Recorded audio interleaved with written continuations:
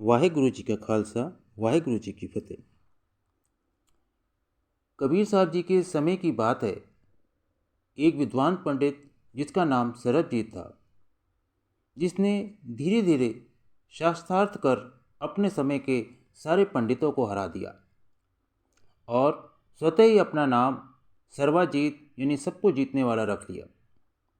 अहंकार के नशे में चूर वह हर एक से कहता फिरता था, मुझ सरीखा विद्वान कौन हो सकता है? कोई है जो शास्त्रार्थ में मेरे आगे टिक सके?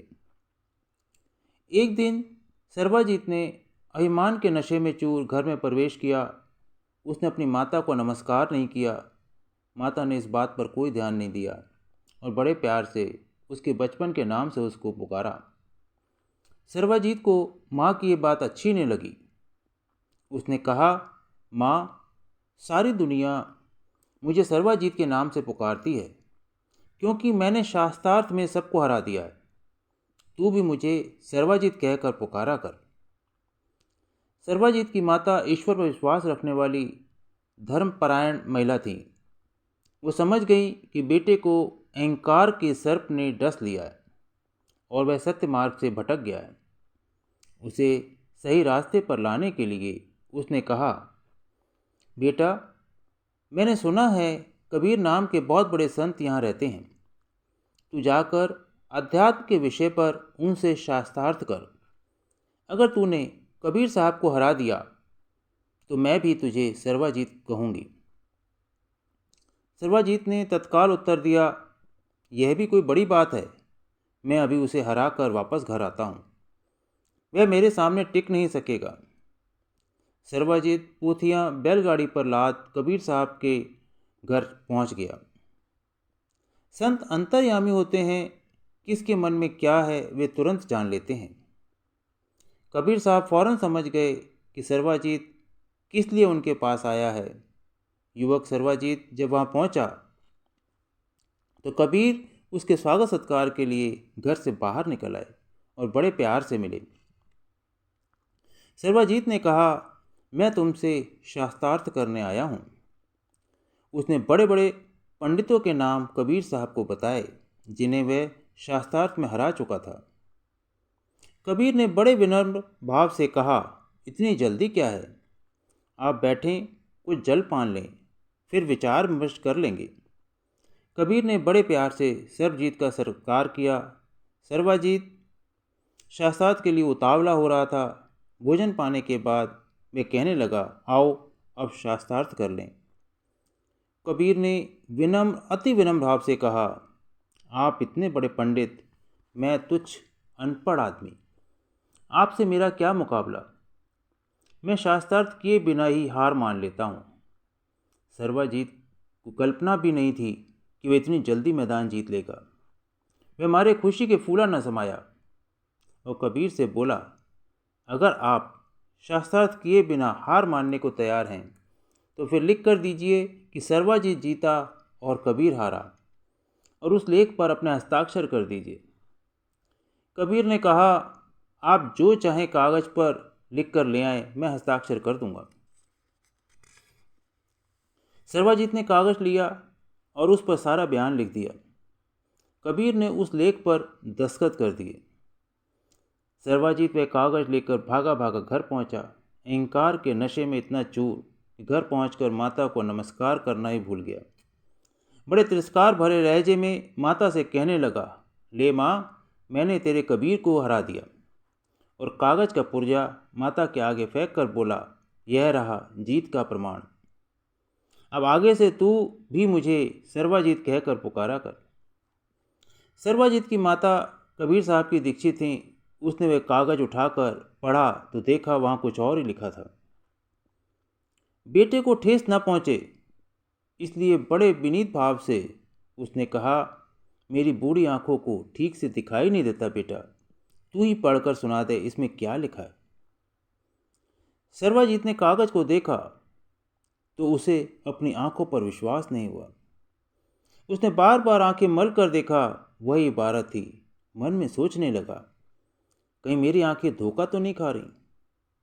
उसके अपने हाथों की लिखत थी, सर्वाजीत हारा और कबीर जीता। सर्वाजीत सोच में पड़ गया।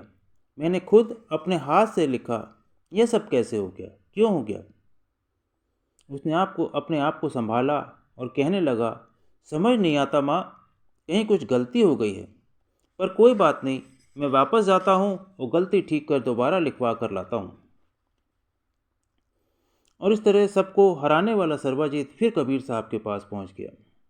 लेकिन अब की बार उसकी गर्दन उतनी अकड़ी हुई नहीं थी। उसके अहंकार का पारा कुछ नीचे उतर गया था।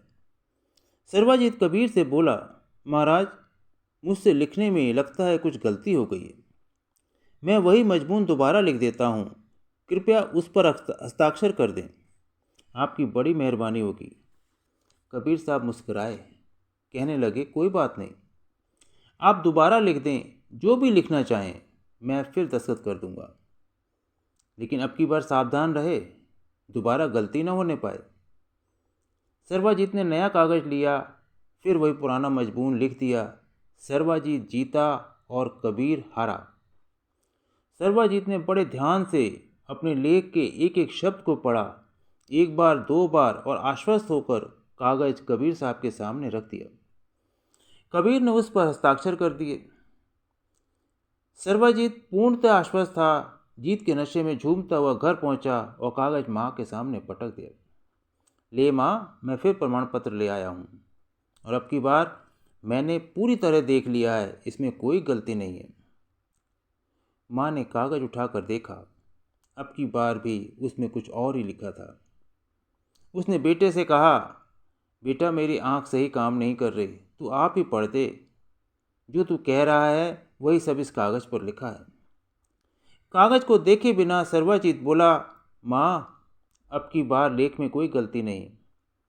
एक तो मजमून मेरे हाथ का लिखा हुआ, दूसरे यह कि मैंने इसे कई बार पढ़कर पूरी तसल्ली कर ली थी। लेकिन माँ नहीं मानी, कहने लगी, अगर तू चाहता है मैं तुझे सर्वाजीत कहकर पुकारूं तो खुद ही लेख को पढ़कर मुझे सुना। सर्वाजीत ने कागज़ उठाया। जब लेख पढ़ा तो उसके पैरों तले जमीन खिसक गई। कागज़ में अब की बार भी लिखा था, सर्वाजीत हारा, कबीर जीता। सर्वाजीत को चक्कर आ गया। मैं अपने आप को धिक्कारने लगा। उसने मन में सोचा, कबीर ने मुझे पूरा मौका दिया, मैं जो चाहूँ कागज़ पर लिख दूँ। मैं कितना मूर्ख हूँ, दोनों बार कुछ का कुछ लिख दिया। जिंदगी में कभी ऐसी गलती मैंने नहीं की। हे भगवान, यह मुझे क्या हो गया, दो दो बार ऐसी गलती, और वह भी मेरे हाथ से। सर्वाजीत परेशानी की हालत में माँ से विदा होकर फिर कबीर साहब के पास पहुँच गया। इस अजीब उलझन को किसी तरह हल किया जा सके। जब वह वहाँ पहुँचा तो कबीर साहब सर्वाजीत की आंखें खोलने और उसका ऑपरेशन करने के लिए पहले से तैयार बैठे थे। सर्वाजीत वहाँ पहुँचा और उसने फिर अपनी जीत का नया प्रमाण पत्र कबीर से मांगा। कबीर ने कागज़ और लेख का सहारा छोड़कर अपनी विशिष्ट शैली में समझाया, मेरा तेरा मनवा कैसे एक होई रे, मेरा तेरा मनवा कैसे एक होई रे।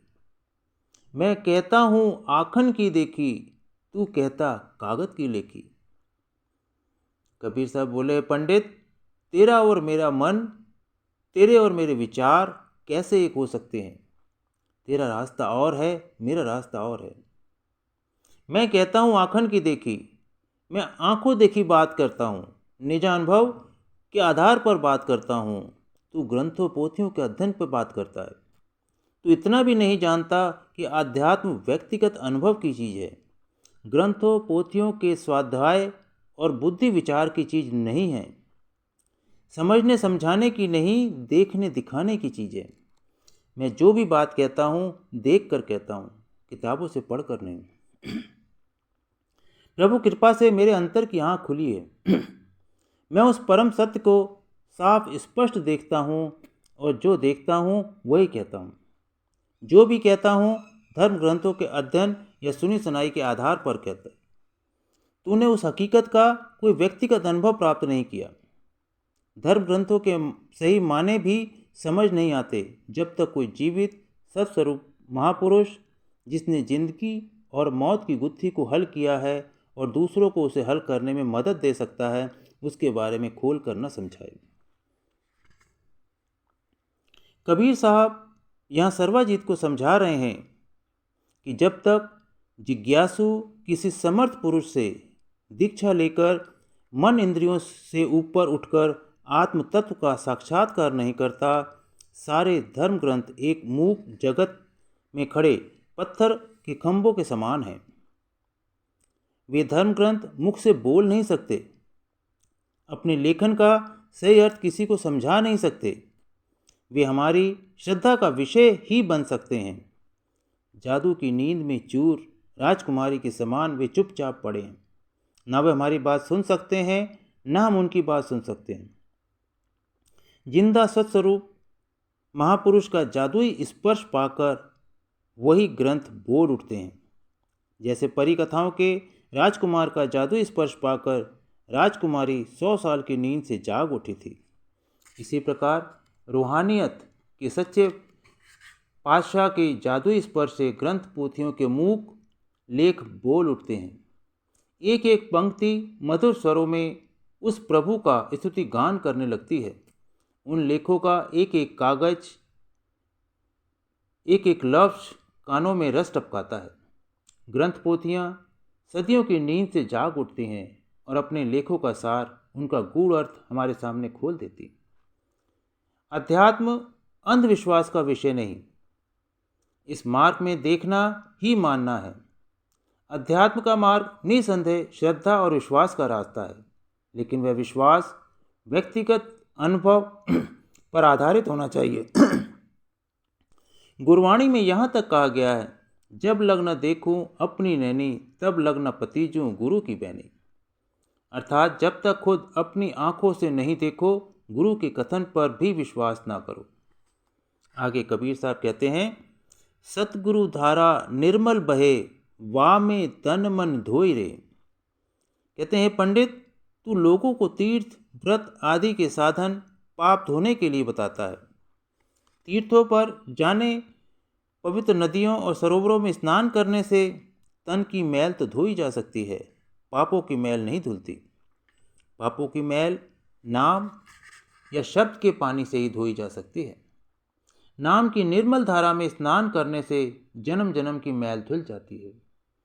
उसके लिए किसी सत्स्वरूप हस्ती, किसी संत सदगुरु के पास जा, जहाँ सत्य की यानी नाम और शब्द की धारा बह रही है। उस निर्मल सदगुरु धारा में स्नान करने से मन माया की सारी मैल धुल जाएगी। वह तेरी सूरत को अंतर्मुख नाम या शब्द से जोड़ेगा और तू पिंड स्थूल देह से ऊपर आकर सूक्ष्म और कारण मंडलों को पार कर सोहंग देश में पहुंच जाएगा, जहां जाकर सूरत या आत्मा अपने निर्मल चेतन स्वरूप में स्थित हो जाती है और वह बरबस पुकार उठती है, सोहंग, अर्थात मैं वही हूँ जो मेरा अंशी परमात्मा है। अंत में कबीर साहब कहते हैं, कहत कबीर सुनो भई साधो, तभी वैसा होई रे। कबीर साहब कहते हैं कि यह हमारा संतों का मार्ग है, जिसमें सूरत अंतर्मुख, करण कारण प्रभु सत्ता अर्थात शब्द या नाम से जुड़कर स्थूल सूक्ष्म कारण तीनों मंडलों के पार और उससे आगे दिव्य मंडलों को तय कर धुरधाम पहुंच जाती है। मैं जीवन के अनमोल क्षण परम अर्थ की प्राप्ति अर्थात अपने आप को, अपनी आत्मा को जानने और परमात्मा को पाने में लगा रहा हूँ। तू दुनिया के नश्वर पदार्थों को प्राप्त करने में, जो तेरे साथ जाने वाले नहीं, जन्म बर्बाद कर रहा है। मेरा रास्ता और है, तेरा और। सो हे पंडित, तेरा और मेरा मन कैसे एक हो सकता है। इस प्रकार सर्वजीत को अपनी गलती का एहसास हुआ, आत्मग्लानि हुई और वह कबीर साहब की शरण में पहुंच गया। बोलो धन सद्गुरु, धन सद्गुरु। बहुत बहुत शुक्रिया।